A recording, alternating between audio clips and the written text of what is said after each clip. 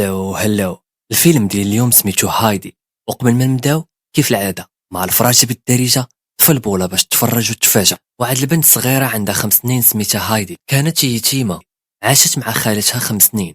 من بعد خالتها غادا ديها الجبال سويسرا باش تعيش مع جدها، لان خالتها ديتي لقات خدمه في فرانكفورت في المانيا. الجيران ديال خالتها غادي يكعاو عليها وغيقولوا لها بان جدها راه غير اجتماعي وما كيحملش الناس، داكشي علاش ما خصكش ديريه الدريه الصغيره. ولكن خالتها ديتي ما كان عندها التحل ومشات عند جد هايدي باش تبقى عنده. في الطريق ديالهم هايدي حيدت حويجها ولبست حوايج قرويين وفضلاتهم على حوايج ديال المدينه لانها لقات فيهم الحريه ديالها. من بعد وصلوا عند جدها اللي سميتو البول، غادي يرفض بان هاد الدريه تبقى عنده وغادي يقول لخالتها ديتي بتاخذ وتردها. ديتي مشات خدات هايدي وخباتها ورا الدار وخلاتها تما وهربات في حالها. ملي جا الجد ديالها غادي يشوفها غادي يبغي يديها ليها، ولكن هايدي دارت عنده وقالت لي حتى انا ما باغاش نبقى عندها. الجد ديال هايدي كعا بزاف وطلع عليه الدم ودخل دارو وسد عليه. هايدي البنيه الصغيره مشات للكوري ونعسات حدا الماعز. في الصباح ملي فاقت دخلت عند جدها وعطاها الحليب ديال الماعز باش تفطر، ومن بعد اداها الكنيسه.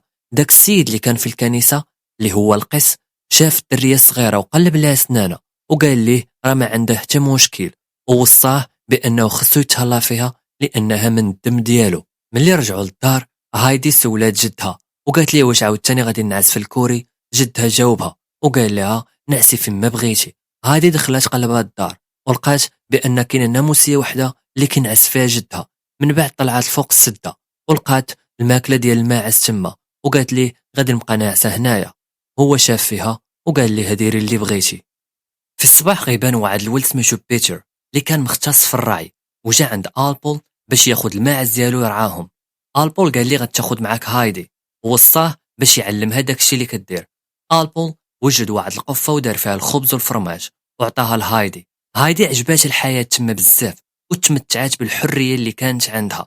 في واحد اللقطه غادي بان بيتر كياخذ الماكله ديال هايدي، من بعد قال لها راه الماعز اللي كلاها. من بعد اكتشفت الحقيقه. في واحد اللقطه غادي بانوا جوج معزات كيتضاربوا مع بعضياتهم. بيتر غادي يجي وغيبدا يضرب فيهم. هايدي بقى فيها الحال بزاف وما اتفقتش معاه وقالت لي عمرك ما خصك دير هادشي، ودارت معاه واحد الحل بانها غتبقى تعطيه نص ديال الماكله ديالها باش هو ما يضربش الماعز. بيتر وصاها وقال لها ما تقوليش هاد الهضره لالبول. هايدي ملي رجعت الدار غتلاقى مع البول، غادا تحشم بزاف وغادا تقول لي انا غادا نمشي نعس في الكوري. البول بقى فيه الحال وشك بان هايدي بدات كتثيق في الهضره اللي كيقولوا عليه بانه ما كيحملش الناس وغير اجتماعي، ومشى دوا معاها وقال ليها تثيق فيه هو وما تثيقش في هضره الناس. من بعد هايدي مشات عنقاتو ومشات طلعات نعسات.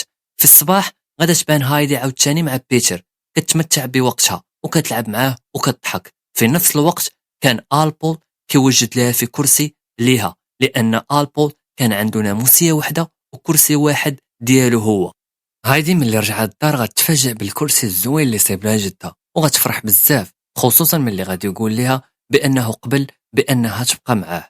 من بعد دازوا اسابيع وهايدي كانت كتمتع مع بيتر وكتلعب معاه كل نهار حتى انها قطعت شعرها باش تمتع وتبقى مرتاحه. في واحد النهار بيتر جا عند هايدي وقال لها بانه ما غاديش يبقاو يتلاقاو لانه خصو يبدا المدرسه وما غادي يتلاقاو حتى الربيع، ولكن قال لها تقدر تجي عنده للدار باش مره يتلاقاو.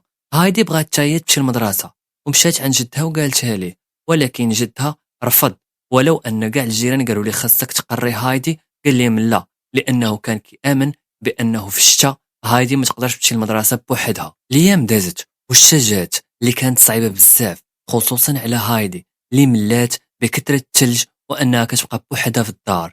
جدها بقات فيه وصيب ليها واحد اللعبه على شكل طير من العود، ولكن هايدي ما عجباتهاش بزاف وبقات ماله حتى ان جدها فكر وصيب لها واحد الكروسه باش يبقى يلعب هو وياها في السكي. داكشي اللي عجب هايدي على الجد. في واحد النهار بقاو لاعبين ومشاو للدار ديال بيتر وهايدي تلاقات مع مامات بيتر وجداه ولقاتهم كيعيشوا في واحد الوضعيه صعيبه بزاف، فقراء. هادشي اللي غادي يخلي هايدي تكون ممتنه لجدها وغادي تقولها لي، غتقول لي بانها محظوظه حيت كتعيش معاه. واحد النهار غتبان خالة هايدي ديتي اللي غادا تجي عند جد ديال هايدي، وغادي تقول لي بانها لقات واحد الناس لاباس عليهم، وغادا تخلي عندهم هايدي باش تمشي المدرسه، وغادي يربيوها وغيتهلاو فيها. ولكن جد هايدي رفض على الجد وقال لها انت كيفاش ترشقات لك عاد جايه تاخديها ملي خليتها هنا بوحدها. وهي تجاوبوا وقالت لي بان هي ما كان عندها حتى حل، لانها جاتها خدمه في المانيا وما كانش تقدر تدي معاها هايدي. الجد ديال هايدي رفض قاطع. داكشي علاش ديتي دارت راسها غادا تمشي في حالها، ولكن مشات قلبت على هايدي ولقاتها في واحد الجبل مع بيتر، وتما غادا تدوي معاها. ديتي قالت لهايدي خصك تمشي معايا لفرانكفورت. هايدي ما بغاتش، ولكن ديتي حاولت معاها بزاف وقالت لها بان الجد ديالها راه حتى هو باغا تمشي على قبل مصلحتها.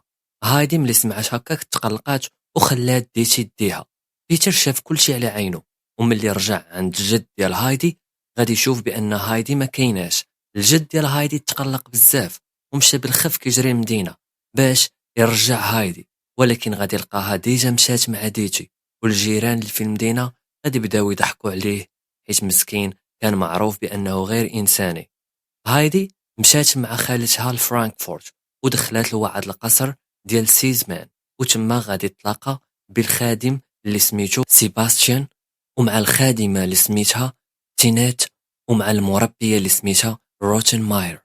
هاد المربيه روتن ماير ما حملاتش هايدي حتى شافتها كإنسانة قروية متوحشة ما عندهاش الأخلاق، وقالتها لديتي، قالت لها علاش جبتي لينا هاد السيدة هكا. ديتي قالت لها أنا ما عندي حتى حل، وهذه هي الدرية الوحيدة اللي نقدر نجيب لكم. في هاد اللقطة غتبان هايدي كدوي مع واحد البنت اللي سميتها كلارا اللي كانت بنت مول القصر، في الحين كتبان ديتي كتاخد فلوس من عند روتن ماير حيت جابت لهم هايدي. كلارا ارتاحت لهايدي بزاف. كلارا كانت إنسانة ما كتمشيش وعندها كرسي متحرك، داكشي علاش قالت لهايدي باش تدفعها باش يمشيو واحد البلاصه، ولكن هايدي ما عرفاش كيفاش تدفعها، ضربات الطابله وطاح واحد الفاز ديال الورد. جات روتين ماير باش باغا تدور في هايدي، ولكن كلارا دافعت عليها وقالت لها انها هي السبب. من بعد غادي يعوموا هايدي وغادي يلبسوا حوايج ديال القصر، وغادي يوصيوها باش انها ما تجريش وما تغوتش على الجاد، وغادي يبداو يعلموها الدراسه مع كلارا. هايدي صدمات الناس كاملين ملي عرفوها بانها ما كتقدرش تقرا، داكشي اللي غادي يخلي روتن ماير تبغي تجري عليها، ولكن ما قدراش تجري عليها بلا ما تشاور بابات كلارا اللي كان مسافر. هايدي بالخف ولفات على القوانين داخل العيشه ديال القصر، ولكن منساش داكشي اللي تعلمات في الجبال مع جدها وبيتر، وكان ديما كتحلم باش ترجع تعيش في الجبال.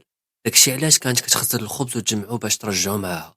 كلارا تقربات بزاف من هايدي وعاودات لها على ماماها اللي ماتت، من وراها مرضات ومبقاش تقدر تمشي وولات كتعيش وحدها ومملة، خصوصا ان باباها كان تاجر وديما كيسافر. في واحد النهار هايدي دواج مع سيباستيان باش يحل ليها الشرجم وتشوف الجبال حيتاش توحشاتهم، ولكن ما بانوش ليها. داكشي علاش سيباستيان قال ليها راه البلاصه الوحيده اللي يقدروا يبانوا فيها الجبال هي واحد البرج كاين في المدينه. من بعد هايدي مشات هي وكلارا لذاك البرج، وكلارا كانت اول مره غادي تخرج الزنقه. ملي وصلوا للبرج هايدي غادي تطلع باش تشوف الجبال، ولكن ما غاديش يبانوا ليها، وكلارا خافت ملي بقات بوحدها، ولكن غادي تنسى بالخف ملي غادي تشري مشاس صغار اللي غادي يعجبوها بزاف. روتن ماير غادي تعرف باللي البنات ما كاينينش في القصر، داكشي اللي غادي يخليها تصيفط الخدامه يقلبوا عليهم. من بعد سيباستيان غادي يلقاهم، وكلارا غادي تخبي المشاش باش ما يشوفهمش. ملي رجعوا للدار روتن ماير غادي تجي باش تدوي معاهم، ولكن غادي تبدا تعطس حيتاش كانت فيها الحساسيه. عطسات على الجد حتى ان المشاش غادي يبانوا هاربين، داكشي اللي غادي يخلي روتن ماير تخاف على الجد وتهرب. في وجبه العشاء ديال داك النهار غادي تبان هايدي ما كتاكلش حيتاش روتن ماير عطاتها عقوبه باش ما تاكلش وتنوض تبقى واقفه. هادشي غادي يخلي هايدي تكعب بزاف وتمشي تلبس حوايجها وتاخذ الخبز اللي جمعات وتمشي في حالها. في الطريق شداتها روتن ماير وقالت لها راك خاصك تكوني فرحانه حيتاش لابسه واكله مزيان وكتقراي فابور. هايدي غادي تشوف كلارا كتبكي، داكشي اللي غادي يخليها ترجع، ومن تما هايدي غادي توحل حيتاش كلارا ولفاتها على الجد وما تقدرش تعيش بلا بها، وهايدي ما قدراش ترجع تعيش حياه الجبل. من بعد الخدامه تانت غادي تزيد على هايدي وغادي تقول لها بانك انت سبب علاش دابا كلارا مرضات. طبيب جا عند كلارا ومشات عنده هايدي باش تسولو واش كلارا مريضه بزاف، ولكن الطبيب قال لها لا. هايدي مشات عند كلارا وقالت لها راه ماشي حيت باغا نمشي بحالي انا كنكرهك. كلارا جاوباتها قالت لها انا فاهمه هادشي، واكدت لها بانها ما باغياهاش تمشي حيت هي الوحيده اللي معمره عليها. في واحد نهار الاب ديال كلارا غادي يجي اللي سميتو سيزمان، وغادي يجيب معاه ماما الجده ديال كلارا اللي ما غاديش تحمل الروتين ماير. كلارا فرحات بزاف ملي تجمعات مع عائلتها، وعائلتها عجباتهم هايدي. بابا كلارا سيزمان فرح بزاف ملي شاف بنته مرتاحه وبخير، وارتاح ملي كان هو السبب باش يجيب ليها هايدي. ولكن بالخف روتين ماير دخلات وبغات تبدل ليه الفكره، وقالت ليه بان هايدي ما مربياش وما كتعرفش تقرا. الجده ديال كلارا ما تاقتش بها وقالت روتين ماير هادشي ما غاديش نتيق به حتى نشوفو بالعينين ديالي. في الليل جده كلارا بدات كتقرا في واحد القصه مع هايدي، من بعد وقفات وقالت لهايدي باش تكملها. هايدي قالت لها ما نقدرش حيتاش القرايه ماشي مهمه، وهادشي قالوا لي الصديق ديالي بيتر. الجده ديال كلارا قالت لها بالعكس، القرايه مزيانه وماشي اي حاجه سمعناها خصنا نثيقوا بها. داكشي علاش اللي غادي يخلي هايدي دير مجهود وتبدا تقرا وتتعلم. في الصباح جدة كلارا تلاقات مع ولدها سيزمان وقالت ليه بان في هايدي بنت ظريفه وباغا تتعلم وتقرا، غير خاصها اللي يشجعها. وقالت ليه راها ما مرتاحاش هنايا حيت مولفه الحياه ديال الجبل. في كل ليله كانوا كيسمعوا اصوات في شكل داخل القصر، والخدامه كانوا كاملين كيقلبوا، وبعض المرات كيلقاو الباب ديال القصر محلول. في هاد اللحظه كانت هايدي كل ليله كتقرا وكدير مجهود باش تتعلم في القصه اللي خلاتها ليها جده كلارا. داكشي اللي غيخليها تقرا القصه كامله في واحد النهار، وفرحوا بها كاملين. وسيزمان قال لبنته كلارا بان هايدي غادا تبقى معاها. داكشي علاش كلارا فرحات بزاف، ولكن هايدي تقلقات حيتاش بغات ترجع تعيش في الجبل. في واحد الليله كان سيزمان كيلعب الشطرنج مع صاحبه اللي طبيب، وهما يسمعوا دوك الاصوات اللي كانوا الخدامه قالوها ليهم شحال هادي. سيزمان وصاحبه هزوا السلاح ديالهم حيتاش كيصحاب ليهم الشفاره هادوك. من بعد غادي يلقاو غير هايدي كتحلم وكتحل الباب، ومن بعد كترجع لبلاصتها. ملي قلبوها لقاوها كترعد بالبرد على الجهد. داكشي اللي خلى سيزمان يقلب في الماريو باش يجبد ليها شي حاجه يغطيها بها. ملي حل الماريو غادي يطيح الخبز اللي كانت كتجمع هايدي. داكشي علاش فاقت من النعاس ديالها. الطبيب سول هايدي وقال لها واش كضرك شي حاجه. هايدي قالت ليه قلبي كيضرني على الجهد. داكشي علاش الطبيب مشى وريح مع سيزمان وقال ليه بان هايدي خاصها ترجع لدارهم حيتاش ما مرتاحاش، وهادشي مرضها وقدر يمرضها بزاف. سيزمان رفض الفكره في الاول، ولكن ملي فكر وتفكر مرتو اللي ماتت بسبب المرض قرر يصيفط هايدي للجبل. في الصباح كلارا سولت باباها على دوك الاصوات بالليل، وقال لها هاديك راه غير هايدي كانت كتنوض كتحلم. داكشي علاش بنتي غادي نصيفطها لدارهم حيتاش ما مرتاحاش هنا. كلارا تعصبات بزاف وغوتات على باباها وغوتات على حتى هايدي. هايدي فرحات بزاف ملي سمعت ديك الخبار.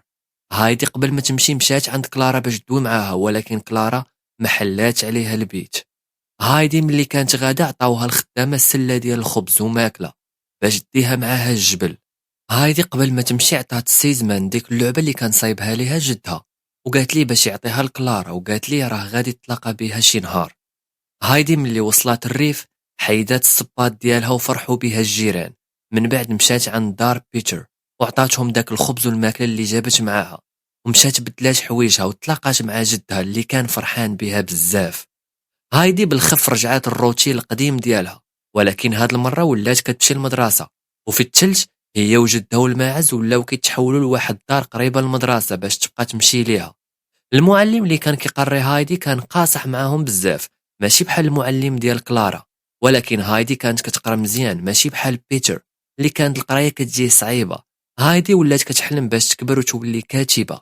في واحد النهار هايدي كتبات رساله لكلارا، قالت لها راه توحشتك بزاف وبغيتك تجي تزوريني. كلارا وصلاتها الرساله وقراتها مع جداتها اللي غادي تجمع الخدامه كاملين باش يديو كلارا تزور هايدي في الجبل. كلارا وصلات الجبل وتلاقات مع صاحبتها هايدي وفرحوا بزوجهم بزاف. في هاد اللحظه كانت الجده ديال كلارا كدوي مع الجد ديال هايدي وقالت ليه واش ممكن كلارا تبقى معاكم هنا شي ايام قليله وغادي نعطيوك الفلوس. الجد ديال هايدي قال لهم ما باغيش الفلوس وكلارا تقدر تبقى وقت ما بغات. هنا كانت النوبه ديال هايدي باش تعلم كلارا الحياه ديال الريف وسط الجبال، وبدات كتعلمها وتلعب معاها باسلوب ديال القريه.